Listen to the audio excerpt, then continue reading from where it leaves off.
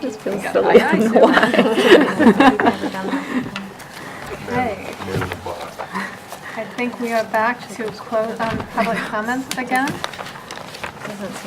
Anyone did not have a chance to speak before, they can speak now.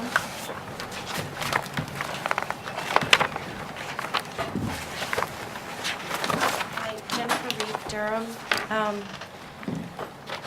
I'm really struggling with some of the policy work that's been taking place over the course of the last couple of months.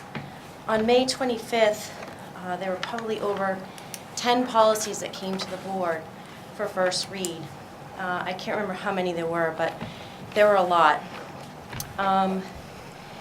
First read of a policy does require a lot of discussion. The work does happen a lot in the policy committee, but it's really a chance for the whole board to weigh in on the policy. And when you have that many policies coming before the board, it's a lot of work to do. And what I noticed is that only one board member really had comments about any of the policies. So it does, as a member of the public, make you a little bit worrisome about how much reading and homework goes into reading some of these policies. I sat on the communications committee when policy KA was recommended to the board for review, which has now just been changed today. I guess it's KA. It's another problem on the district website. What you're discussing is not actually on the website, so it's a little hard to follow that. But the intent of policy KA, it was really about how the board communicates to the community and what their responsibility is, what the community expects. It also had to do with communication with town officials and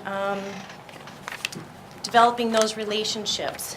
So I'm confused by this policy today that has now sort of shifted to communication with the parent.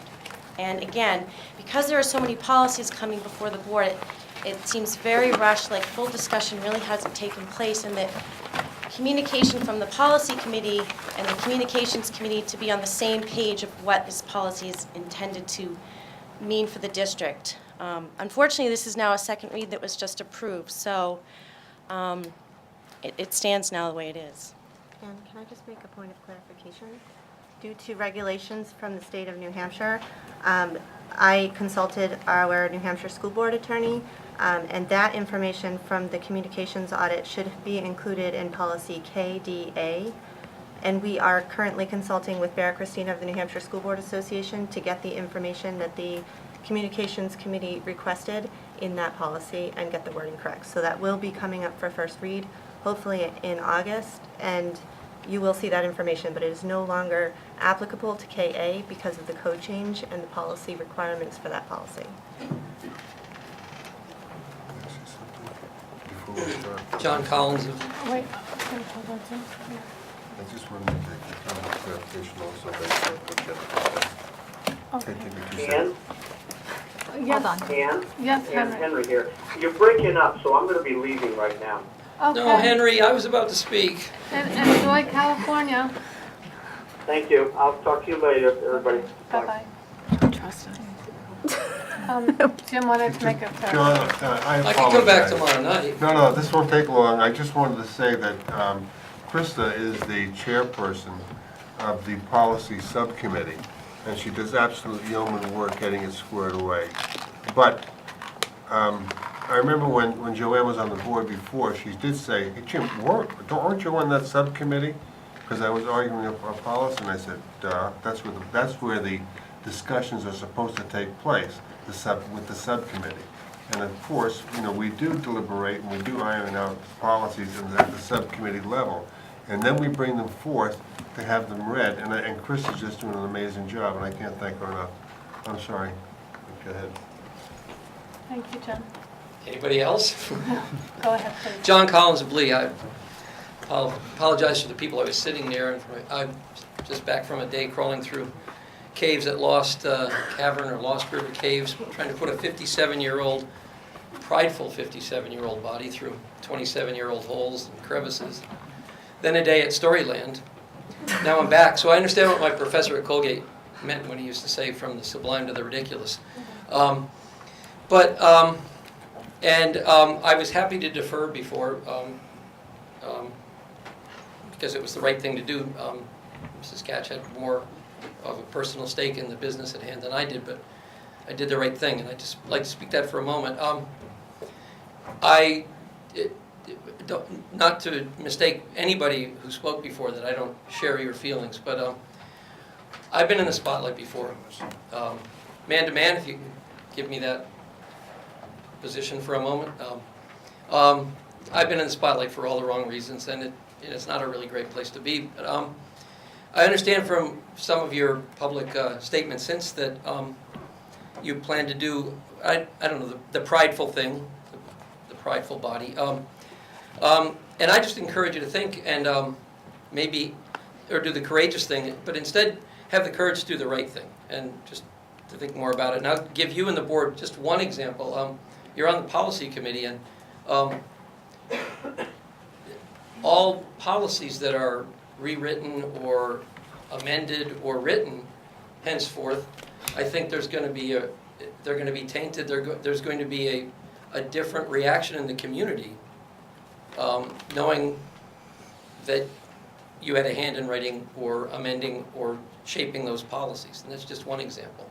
But I'd just like to welcome the new superintendent, and was going to have a few words for him, but I'll say them through commenting, and then I'll quit, on what the chair for the evening said about the board needing to get it together. You're not going to get it together. That you're so wholly lacking in credibility, your lack of accountability, your lack of transparency, profound lack of transparency and accountability for months now. You can get it together when the community trusts you again, and that will begin when we know why you rejected Justin Campbell, when you decided you were going to reject Justin Campbell, how much in advance of April 11th that decision was made, who else was involved in that decision, when we know when you started the process to buy out the superintendent, and when we know why you bought out the superintendent. And that's just the beginning of the things that you need to tell us before this is supposed to be an interaction. The board is not the coup it is like a coup. Is that it needs to be a partnership, and there will be no partnership until all of that is laid out. And it's not going to happen in a few minutes, and it's not going to happen at a staged forum in September. It's going to happen when we really get answers, and we believe you again. Not when you think that we should believe you again, but when we believe you again. And it's a long way from being there.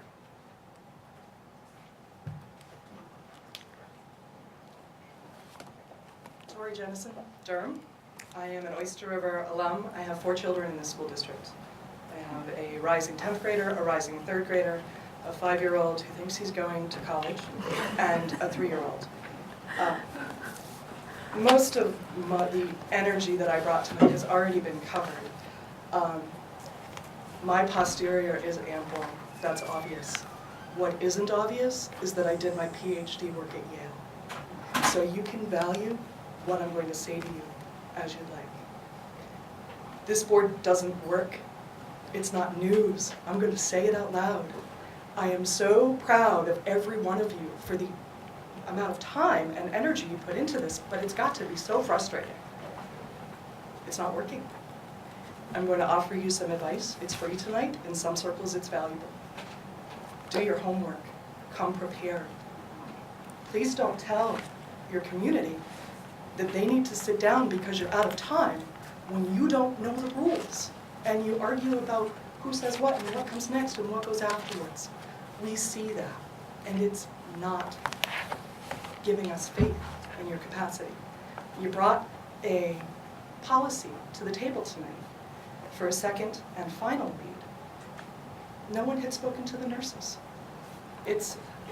Please don't shake your head at me. I sat at the table with the high school nurse. There are only 4. There are only 4. You have 4 schools in this district. You don't need to be a senior administrator. to find the nurses in. I propose that no policy comes to the table prior to a third read. There will be some that need to be adjusted based on state code. Plan better. There is no timeline that I can find that says we review our policies on this schedule. Every policy needs a provenance. Where did it come from? Who started it? Why did it change?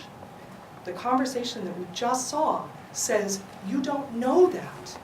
So there shouldn't be, I think, I believe, when a policy comes for approval, it should be, I know why we're doing this. Shouldn't be based on mood or moon phase or what you had for lunch. That is an indicator that you need another read.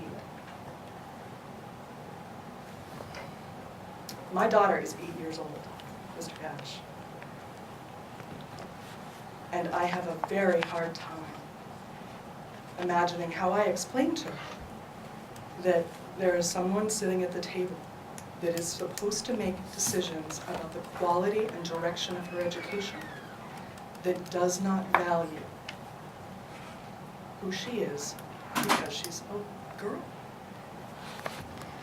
If that is truly not who you are, you have some work to do. Whether you choose to resign or not, your decision. I don't believe the public should pressure you out, but if you choose to stay, show us that that's not who you are. It's going to take a huge effort, I think, for all of you to start talking to each other. The previous speaker was absolutely right. You may do your work in the policy committee, but those policies impact all of us and we need to see it. We need to hear the thinking behind it, because that's how we understand why you make the decisions you make, so we can support you. Because right now, there is no community support, and it's for the wrong reasons. So please help us help you give it back.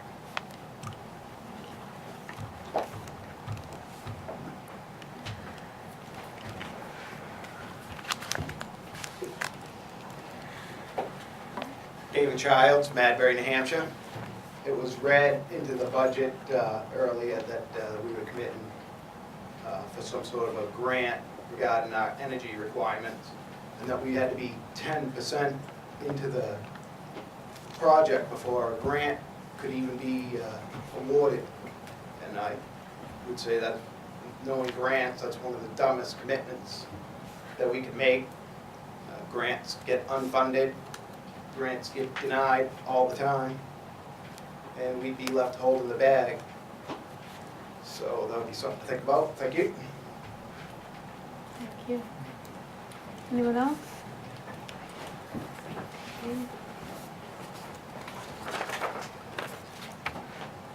Dean Rubine Lee.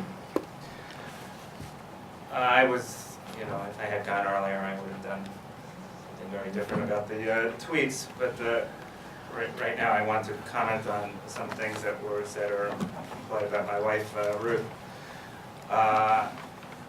She really had no interest in stirring up a ruckus. She was motivated by the lack of transparency of this board in making the personnel decisions about the superintendent and high school principal.